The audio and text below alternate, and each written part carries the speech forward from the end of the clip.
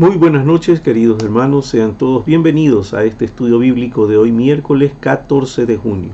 Esperamos que este tiempo sea un momento en el cual podamos reflexionar en la palabra del Señor, para que podamos ver las maravillas que se encuentran en ella y podamos poner por obra este libro que el Señor nos ha dejado, mediante el cual nosotros podemos crecer todos los días. Vamos a poner este tiempo en las manos del Señor y les invito a agachar sus cabezas para poder orar. Eterno Dios y buen Padre Celestial, gracias te damos, Señor, porque en esta noche has permitido que estemos aquí reunidos, Señor. Padre bendito, queremos estudiar tu palabra, queremos meditar en ella, queremos saber cada día más, Señor, qué es lo que tú quieres que seamos nosotros. Queremos encontrar tu voluntad aquí en tu palabra. Ilumínanos, Señor, exhórtanos y ayúdanos en todo momento a poderla poner por obra. Gracias te damos, Padre bendito, oramos en el santo nombre de nuestro amado Salvador, Cristo Jesús. Amén. Bueno, hermanos, en esta ocasión vamos a empezar el estudio del libro de los Salmos. Los Salmos es un libro muy bonito de estudiar porque es un conjunto de cánticos llenos de doctrina, llenos de teología bíblica. El pueblo hebreo tenía como por nombre este libro como Tehillim, y era un libro en el cual ellos contaban las maravillas de Dios, pedían misericordia al Señor. Y bueno, dentro del libro de los Salmos conocemos quizás los dos más famosos, se podría decir, ¿no?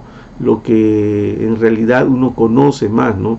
El Salmo 51, que es ese salmo en el cual David pide perdón, y el Salmo 119, el cual habla acerca de lo que debe ser la palabra de Dios para cada uno de nosotros. Pero nosotros vamos a ir estudiando este libro de los Salmos capítulo por capítulo. En algunos momentos, o libro por libro, en algunos momentos vamos a detenernos en específico en alguno de los salmos para poderlo estudiar más a profundidad. Miren, el ser humano desde el inicio de su existencia aquí en la tierra siempre ha sido confrontado a escoger dos caminos. Siempre va a haber dos caminos que el hombre tiene que escoger dentro del peregrinar de su vida. Y esto va a formar parte también de lo que es el proceso de vida como tal.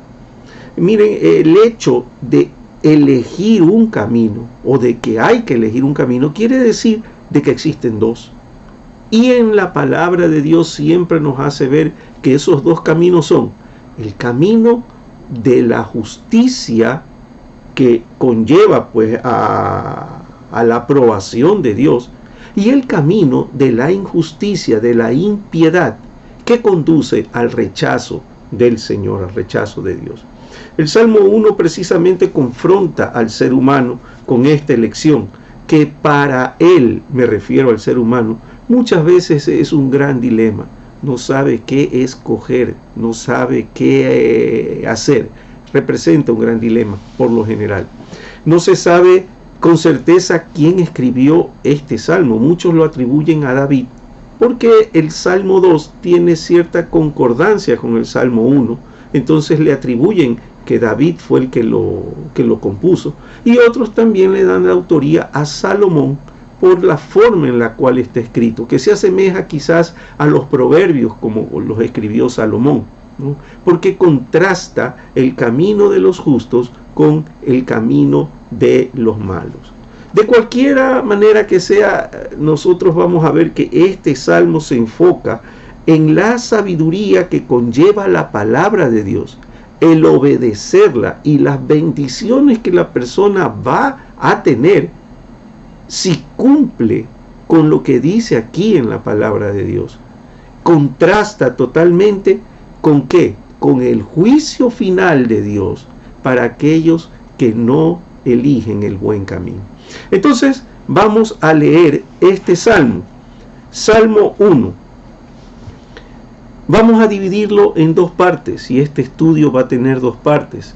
Una que la vamos a ver ahora hasta el versículo 3 de este salmo, y la segunda parte que será del versículo 4 al versículo 6 en el siguiente estudio bíblico. Entonces a leer la primera parte, la que vamos a estudiar en esta noche. Salmo 1. Bienaventurado el varón que no anduvo en consejo de malos, ni estuvo en camino de pecadores, ni en silla de escarnecedores se ha sentado, sino que en la ley de Jehová está su delicia, y en su ley medita de día y de noche. Será como árbol plantado junto a corrientes de aguas, que da su fruto en su tiempo, y su hoja no cae, y todo lo que hace prosperará. Este salmo vemos que no solo tenía vigencia para el mundo antiguo, para el pueblo israelita, el pueblo hebreo de esa época. No, sino que hace un llamado inclusive hoy a la sociedad contemporánea a elegir sabiamente, miren, sabiamente el camino por el cual deben transitar, teniendo la seguridad que existen solo dos caminos, el bueno y el malo, y ambos llevan hacia un mismo tribunal, donde habrá un juez que no va a aceptar ni la injusticia, ni la acepción de personas, ni la admisión de cohecho. Por eso es tan importante elegir bien el camino. Bueno, aquí en esta primera parte nosotros podemos ver las bendiciones que tienen los justos. Miren, vamos a leer de nuevo del capítulo 1, los versos del 1 al 3. Verán. Bienaventurado el varón que no anduvo en consejo de malos, ni estuvo en camino de pecadores, ni en silla de escarnecedores se ha sentado. Hasta ahí. Vamos a ver primeramente esta parte de aquí, el versículo 1, con el que empieza este salmo. Miren, las bendiciones del justo solamente las recibe aquella persona que no practica y no da lugar a la influencia mundana en su vida. Sí, queridos hermanos, aquellos que no dan pie, no dan paso a que esa influencia del mundo toque su forma de pensar, su forma de actuar. Solamente las bendiciones de Dios vienen para esa persona. Miren, y para esto quiero leerles cómo empieza este salmo, de acuerdo al léxico hebreo del Telgim, pero ya transliterado al español. Miren cómo empieza, y aquí tenemos que poner especial atención en algunas partes. Les leo.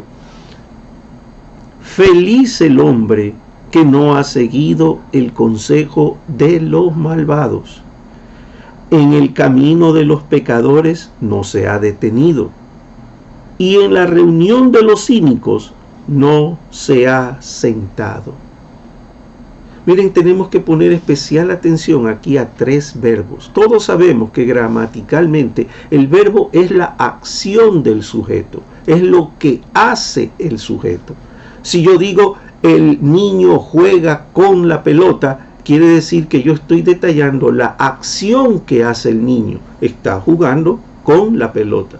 El verbo siempre detalla la acción del sujeto. Y por eso es que hay que prestar especial atención en estos tres verbos de los que nos hablan aquí. Miren, seguir. Feliz el hombre que no ha seguido el consejo, el verbo seguir. Detenerse, el otro verbo. En el camino de los pecadores no se ha detenido. Y el otro verbo, sentarse. Y en la reunión de los cínicos no se ha sentado. Miren, seguir el consejo de los malvados, como dice aquí el Salmo, implica recibir la guía, la dirección en temas espirituales de personas que no agradan a Dios, de personas que no tienen ese temor de Dios, que actúan por impulsos humanos, por impulsos propios. Eso es lo malo, lo que no se debe hacer.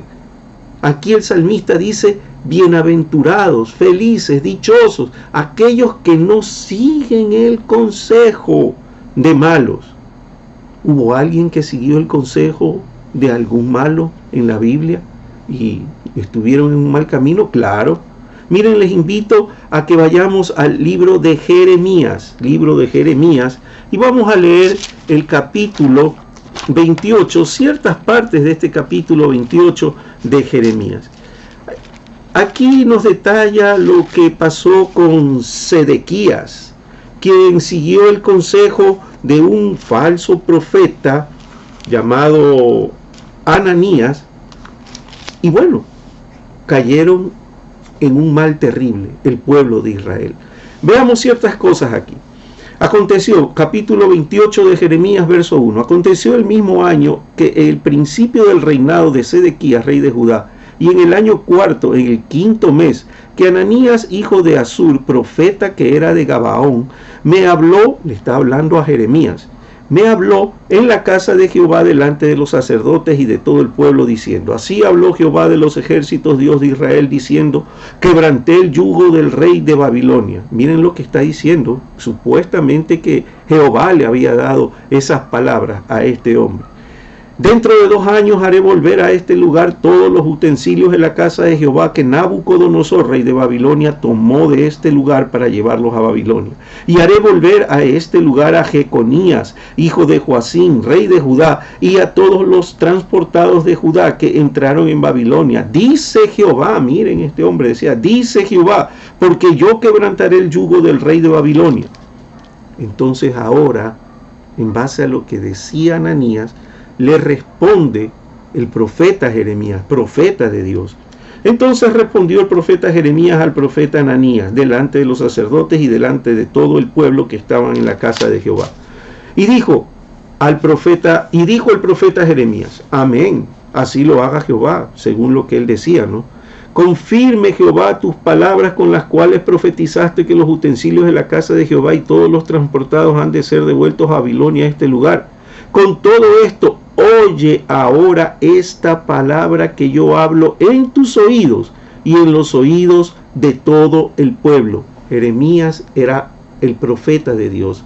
Ananías estaba actuando por cuenta propia. Creía que había recibido de parte de Dios alguna palabra, pero él no quería entregarse al dominio de Babilonia, sino que alentaba al pueblo diciéndole que Jehová iba a quebrantar ese yugo, que Jehová iba a entregar a los babilonios en la mano de ellos. Entonces estaba diciendo cosas que no eran. Miren lo que dice el versículo 8. Los profetas que fueron antes de mí y antes de ti en tiempos pasados profetizaron guerra, aflicción y pestilencia contra muchas tierras y contra grandes reinos. El profeta que profetiza de paz, cuando se cumpla la palabra del profeta, será conocido como el profeta que Jehová en verdad envió. Miren, ¿qué le estaba diciendo Jeremías? Lo que tú estás diciendo no es correcto, porque Jehová ya había profetizado, ¿qué cosa? Guerra, aflicción, pestilencia, ¿no? Y miren lo que dice aquí en el versículo 12. Después que el profeta Ananías rompió el yugo del cuello del profeta Jeremías, vino palabra de Jehová a Jeremías diciendo, esta sí era palabra de Jehová, ve y habla a Ananías diciendo, así ha dicho Jehová, yugos de madera quebraste, mas en vez de ellos harás yugos de hierro, porque así ha dicho Jehová de los ejércitos, Dios de Israel, yugo de hierro puse sobre el cuello de todas estas naciones, para que sirvan a Nabucodonosor, rey de Babilonia, y han de servirle, y aún también le he dado las bestias del campo. ¿Y qué pasó con este falso profeta Ananías? Miren lo que pasó. Verso 15. Entonces dijo el profeta Jeremías al profeta Ananías, ahora oye, Ananías, Jehová no te envió, le está diciendo, él no te ha dado ninguna palabra, Jehová no te envió, y tú has hecho confiar en mentira a este pueblo. Por tanto, así ha dicho Jehová, he aquí que yo te quito de sobre la faz de la tierra, morirás en este año, porque hablaste rebelión contra Jehová. Y en el mismo año murió Ananías en el mes séptimo. Aquel que sigue el consejo del malvado, del que obra por cuenta propia, creyendo que es la voluntad de Dios, miren, solamente le espera un destino, la muerte, irremediablemente. El pueblo de Israel, en este caso Judá, fue conquistado por los babilonios. Y todos sabemos ya la historia de lo que pasó, ¿no? Tuvieron que irse, pasaron asolación, aflicciones. Miren, ¿por qué? Por seguir el consejo de malvados. La bendición viene a quien no sigue, por eso dice, bienaventurado, feliz el que no sigue el consejo de los malvados. Feliz el que no se detiene en el camino de los pecadores. Significa no adoptar una posición abierta de defensa a los principios que dicta este mundo. Ahora se ha provocado un gran movimiento con esto de la tolerancia. Hay que ser tolerante con todo el mundo. E inclusive en el ámbito religioso se dice hay que ser tolerante a veces hasta con el pecado. ¿Por qué? Porque hay ciertos líderes que muchas veces dicen, no, Dios te ama, Dios es amor, Dios comprende que tú no puedes cambiar, por eso va de poquito en poquito, en poquito, en poquito cambiándote. Mentira. El poder de Dios transforma en el momento. No es un largo camino el que se debe seguir para poder, inclusive, por ejemplo, si una persona está en algún vicio, no, Dios no lo puede cambiar de golpe, sino que tiene que ir de a poco. No, mentira. Y esa tolerancia es la que se está aplicando cuando se está deteniendo la persona en el camino de los pecadores. Yo no puedo dejar de tomar y voy poco a poco y hasta eso estoy detenido en el camino de los pecadores. No va a haber bendición para esa persona. Bienaventurado, dichoso y feliz aquel que no se detiene en el camino de los pecadores, aquel que no acepta una posición abierta en defensa de los principios de los pecadores. Una persona que no está en comunión con ellos, que no practica el pecado. Bienaventurado aquella persona.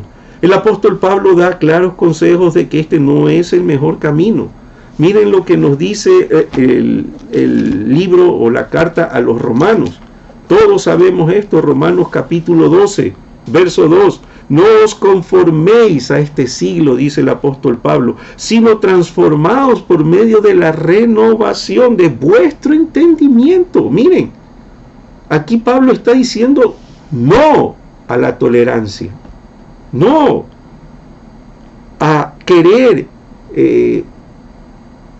en cierta forma hacer parte de la vida del creyente los principios equivocados que dicta el mundo. El apóstol Pablo dice bien claro, por medio de la renovación de vuestro entendimiento, porque solamente así podréis comprobar cuál es la buena voluntad de Dios, agradable y perfecta. Miren, aquel que no se detiene en el camino de los pecadores. La primera carta a los Corintios, el capítulo 12 y el verso 2, miren lo que dice el apóstol Pablo también. Capítulo 12 de la carta a los Corintios y el verso 2. Sabéis que cuando erais gentiles, se os extraviaba llevándoos como se os llevaba a los ídolos mudos. ¿Qué quiere decir aquí el apóstol? Que cuando eran gentiles, cuando no se conocía de Dios, uno caminaba por el camino en el cual los llevaban. Si cualquier persona nos incitaba para hacer algo malo, bueno, íbamos allí atrás de ellos. Pero ahora ya no sois gentiles, ya no pueden ser llevados por esos caminos. Miren, el apóstol Pablo dice, no camines con ellos, no detenerse en el camino de los pecadores. El apóstol Pablo tenía claro algo, y él decía que ya no era el mismo. Cuando habló a los hermanos en Galacia, en la carta a los Gálatas, el capítulo 2 y el verso 20 nos dice: con Cristo estoy juntamente crucificado y ya no vivo yo. Miren, ya no vivo yo, mas vive Cristo en mí. Y lo que ahora vivo en la carne, lo vivo en la fe del Hijo de Dios, el cual me amó y se entregó a sí mismo por mí. Miren, Pablo decía: no hay que detenerse en el camino de esos pecadores. Ya no vivo yo, Cristo vive en mí. Y como Cristo vive en mí, yo ya no puedo detenerme en ese camino. Bienaventurado aquel que no se detiene en camino de pecadores. Y bienaventurado aquel que no se siente en la reunión de los cínicos. Miren, qué importante. Significa tomar posición permanente de la maldad, del escarnio. Es una posición constante de descanso. Cuando habla de sentarse, habla de ¿qué? De que se queda inmóvil, que está descansando. Pero está descansando ¿en qué? Está descansando en una posición permanente de maldad y de escarnio. ¿Qué es eso? O sea, estar practicando el mal, estar burlándote de las cosas del Señor. Miren, hay personas que muchas veces toman ciertas partes del texto bíblico como escarnio. Hay un versículo muy popular, que se ha hecho popular, en el cual hablaba el apóstol Pablo a la iglesia en Filipo y le decía: todo lo puedo en Cristo que me fortalece. Y sobre ese versículo se hacen burlas, memes, chistes. Estás en una posición de escarnio. Cuando se toma el nombre del Señor en vano, cuando se jura por el Rey del universo, cuando se hace burla y mofa de hombres que han estado en la Biblia, que se ve en la Biblia, en la historia bíblica, hombres que han dedicado su vida al Señor y con eso se hacen chistes, se está en una posición de escarnio, de burla.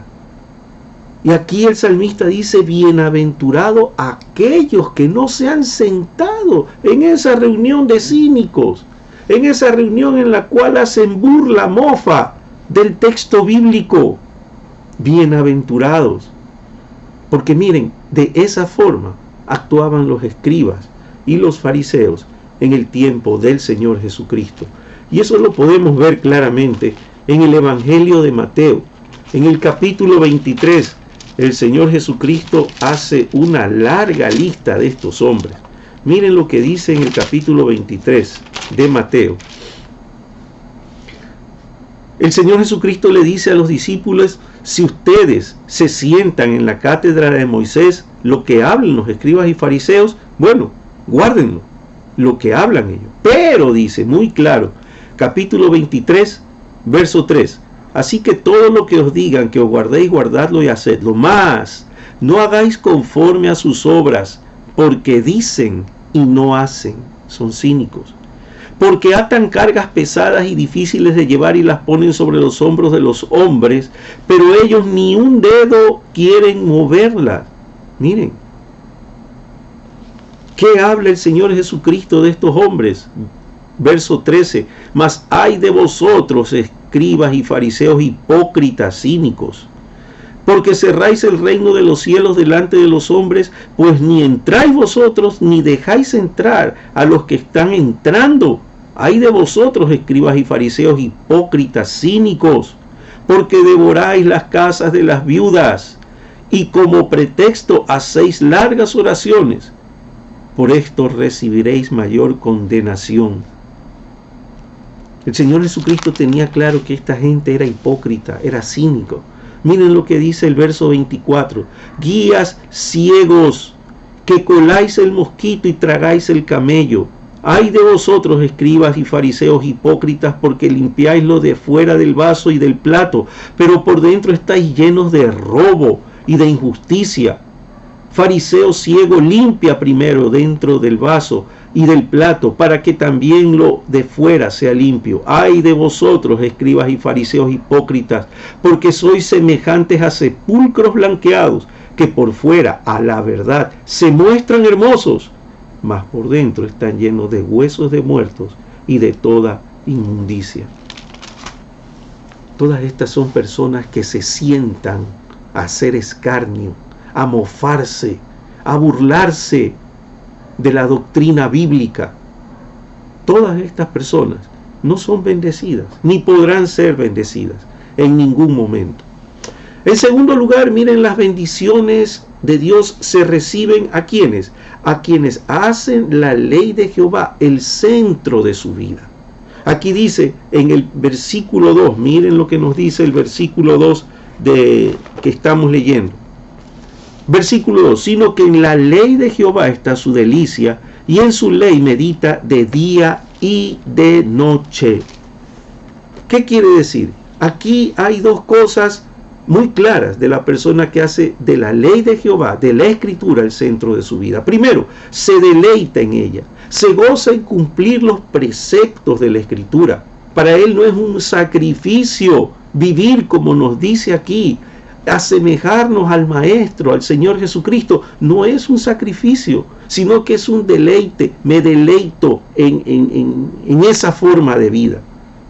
Él quiere cumplirla, lo ansía del corazón.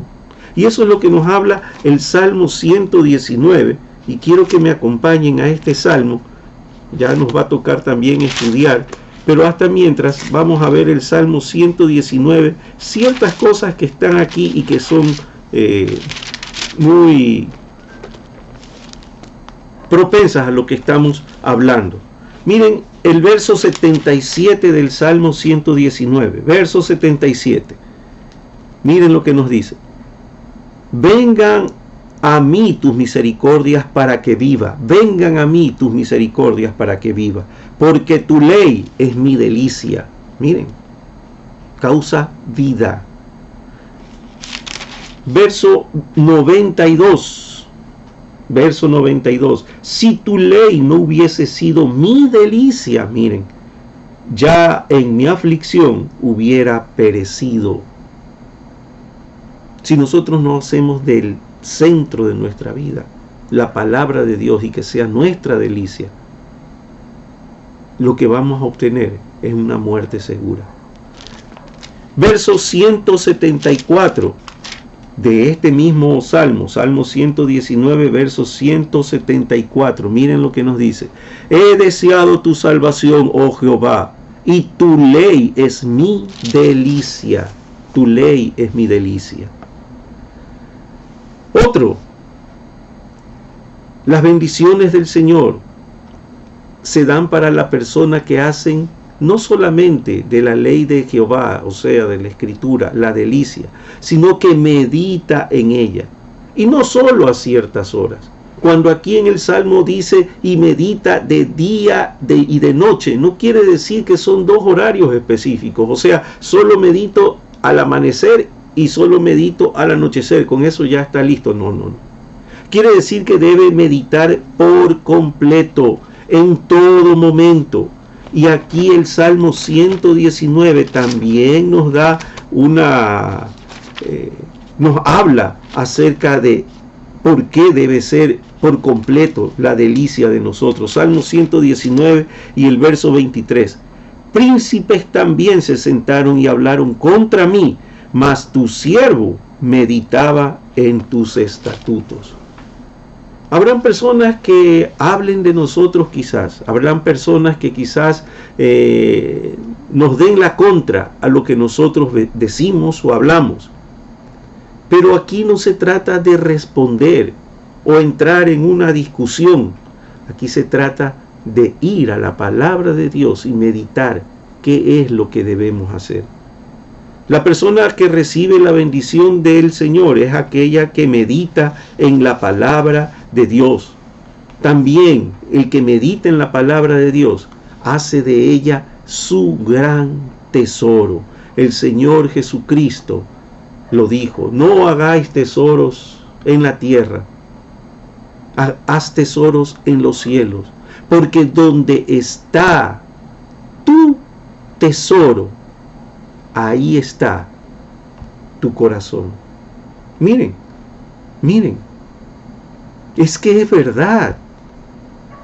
Si nosotros hacemos de la palabra de Dios nuestro tesoro, ahí va a estar nuestro corazón también. Vamos a poder hacer la voluntad de Dios sin verla como que es un sacrificio. Muchas personas actualmente no quieren comprometerse con el Señor porque dicen: no, es un sacrificio muy grande. ¿Por qué?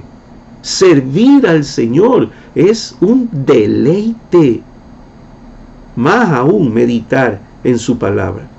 Ahora, la persona no solamente debe obtener esa bendición, esa persona también debe mostrarse como una bendición ante los demás.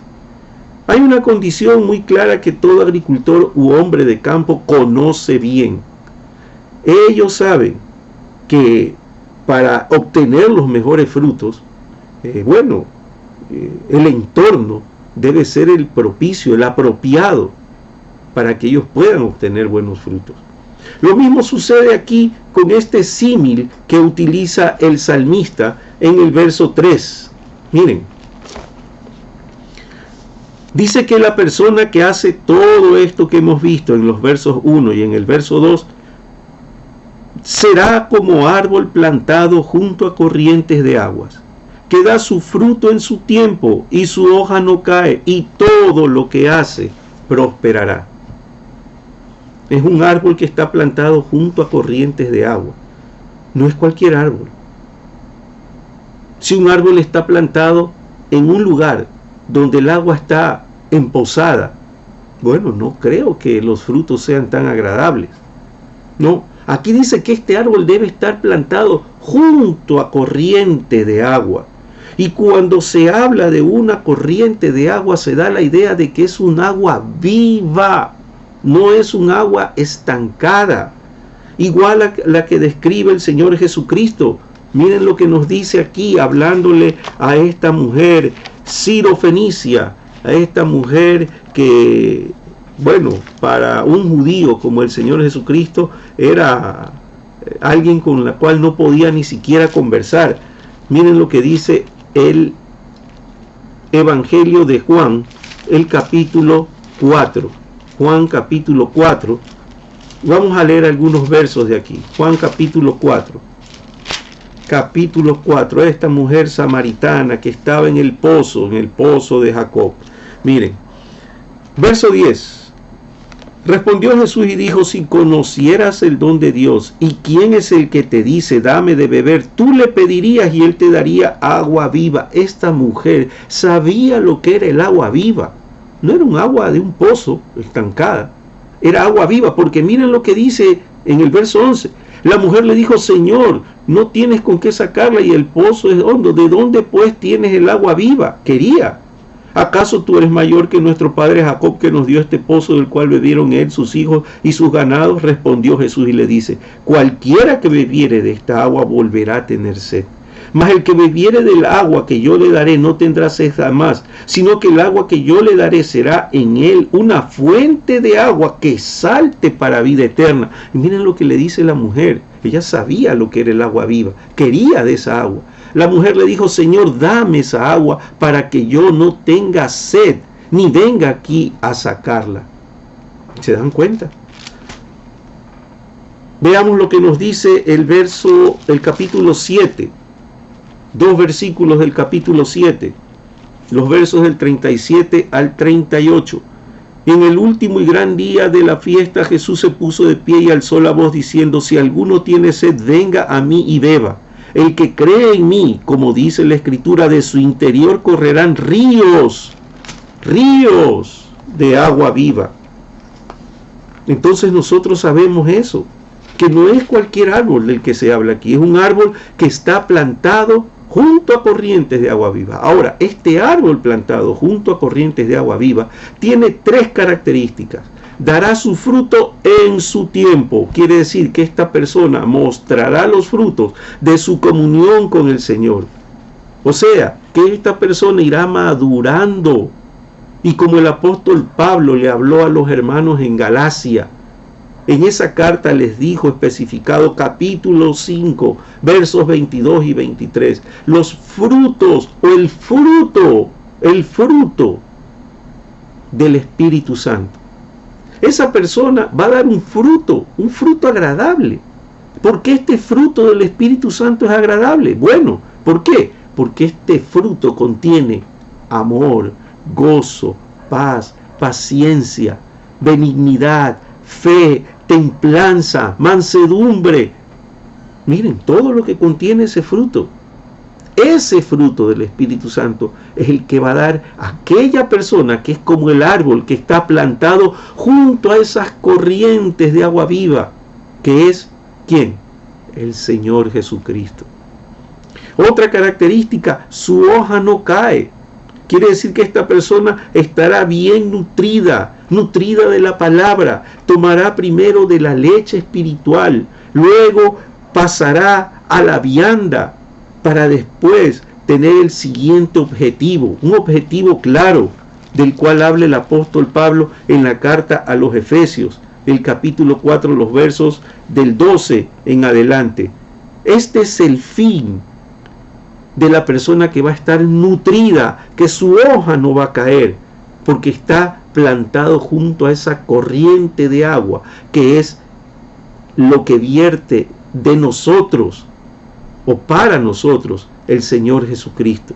Miren, este es el fin, a fin de perfeccionar, capítulo 4 de Efesios, verso 12, a fin de perfeccionar a los santos para la obra del ministerio, para la edificación del cuerpo de Cristo, hasta que todos lleguemos a la unidad de la fe y del conocimiento del Hijo de Dios, a un varón perfecto, a la medida de la estatura de la plenitud de Cristo, para que ya no seamos niños fluctuantes, llevados por doquiera de todo viento de doctrina, o sea, caminando por cualquier camino, por estratagema de hombres, que para engañar emplean con astucias las artimañas del error, sino que, siguiendo la verdad en amor, crezcamos en todo, en aquel que es la cabeza, esto es Cristo, de quien todo el cuerpo, bien concertado y unido entre sí por todas las coyunturas, se ayudan mutuamente, según la actividad propia de cada miembro, recibe crecimiento para ir edificándose en amor. Ese es el objetivo, de estar firme, de que la hoja de este árbol no caiga. La persona que esté junto a esa corriente de agua, primero, dará su fruto en su tiempo, su hoja no caerá. Y lo tercero, importante, todo lo que hace prosperará. Un buen árbol no puede dar un mal fruto. No puede, es imposible que dé un mal fruto. No puede haber un mal fruto. Pero muchas veces el sentido de la prosperidad es mal entendido, porque se entiende desde la perspectiva del hombre. Miren, y aquí hay un gran error. Sabemos que Dios nos bendice y nos prospera, pero estas bendiciones y prosperidad no necesariamente es material, hermanos, no necesariamente son materiales. El hecho de habernos despertado en este día para poder escuchar este estudio bíblico es una bendición de Dios. El hecho de que lo podamos ver es una bendición de Dios. Yo siempre digo, hay gente que se acuesta y no sabe si va a despertarse. Y cada vez que uno ve lo primero al despertarse, que es el techo del cuarto, debe dar gracias a Dios. Porque esa es la mejor bendición que puede tener cualquier persona. Miren, el Señor promete darnos todo lo que necesitamos. Cuando el Señor Jesucristo terminaba el sermón del monte, hablaba acerca del afán, y Él decía más primeramente, ocupaos del reino de Dios y de su justicia, y todo lo demás, todo lo que el Señor conoce, os será añadido. todo lo que te falta, todo lo que necesitas, comida, vestido, bebida, todo va a ser provisto por el Señor. Ocúpate primero, sí, de la justicia del reino de Dios. Y miren, pienso que la prosperidad yo creo que la deberíamos ver desde la cosmovisión que tenía el apóstol Pablo. Y aquí quiero invitarles a que ustedes vean lo que dice la carta a los Filipenses. En el capítulo 4, el verso 4 primero. Regocijaos en el Señor siempre. Otra vez digo, regocijaos. Verso 6. Por nada estéis afanosos, sino sean conocidas vuestras peticiones delante de Dios en toda oración y ruego, con acción de gracias. Y la paz de Dios, que sobrepasa todo entendimiento, guardará vuestros corazones y vuestros pensamientos en Cristo Jesús. No te angusties por nada. No veas la prosperidad como la ve el hombre. No, el Señor conoce tus necesidades. Preséntalas delante de Él en oración y ruego con acción de gracias, agradeciendo lo que tienes. Eso es la prosperidad de la persona. El Señor conoce. Miren lo que dice el verso 8. Por lo demás, hermanos, todo lo que es verdadero, todo lo honesto, todo lo justo, todo lo puro, todo lo amable, todo lo que es de buen nombre, si hay virtud alguna, si algo digno de alabanza, en esto pensad. No en esto, no hacedlo solamente, sino pensad, tenedlo aquí en la mente, pensadlo. Lo que aprendiste y recibiste y oíste y visteis de mí, esto haced, y el Dios de paz estará con vosotros. Ahora sí, si yo tengo la conciencia enfocada en esto, si yo tengo bien enfocado lo que es la prosperidad como la ve Pablo, la prosperidad según Pablo es confiar en el Señor. Ahora sí, yo puedo decir a viva voz, gritarlo en todo momento: todo lo puedo en Cristo que me fortalece. ¿Por qué el apóstol decía esto? Si nosotros vemos de este mismo capítulo, el verso 19, mi Dios, pues, suplirá todo lo que os falta conforme a sus riquezas en gloria en Cristo. Miren que ni siquiera aquí hablaba que Él suplirá todo lo que me falta, sino todo lo que os falta. Le está diciendo a los hermanos, Él va a suplir todo lo que tú necesitas, pero confía en Él, confía netamente en Él. Bueno, entonces en este versículo 3 del Salmo 1, hemos visto que se constituye una bella promesa. Los que guían su vida por el camino de la palabra de Dios, evitando tomar ese camino de los impíos, producirán frutos, sí, óigame bien, frutos de fe, y serán realmente bienaventurados. Cuando habla de bienaventuranza en la palabra de Dios, significa de personas felices, dichosas, prósperas. ¿Pero por qué? Porque encuentran la verdadera felicidad. ¿En qué? ¿En hacer las cosas del mundo? No. Encuentra la verdadera felicidad que viene mediante el perdón de los pecados. Viene mediante la libertad que nos da Cristo y la seguridad de que vamos a vivir toda la eternidad junto a Él. Y esto, hermanos queridos, es lo que esperan a los que se gozan en cumplir y vivir, óigame bien, cumplir y vivir la palabra del Señor en su vida. Hermanos queridos, aquí terminamos el estudio bíblico del día de hoy. Hemos visto los 3 primeros versículos del Salmo 1. El próximo miércoles, si Dios lo permite, veremos los versículos que faltan, los versículos del 4 al 6, y veremos ahí entonces también lo que significa la ruina de los malvados y el juicio justo al cual llevan estos dos caminos. Queridos hermanos, espero que esto haya sido de edificación para cada uno de nosotros.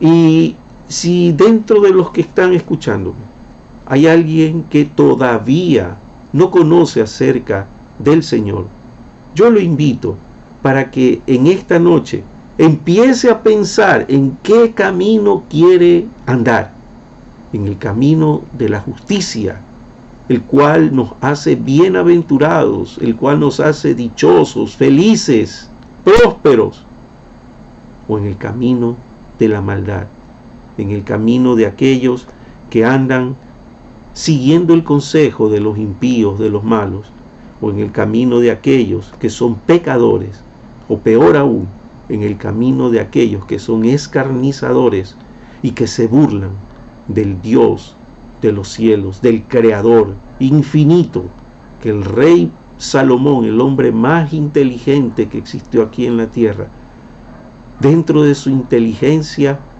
que también, bueno, era finita, él pudo decir: y tú, Dios, que ni aún los cielos, ni los cielos de los cielos pueden retenerte, ¿cómo podré retenerte yo en este santuario que te he hecho?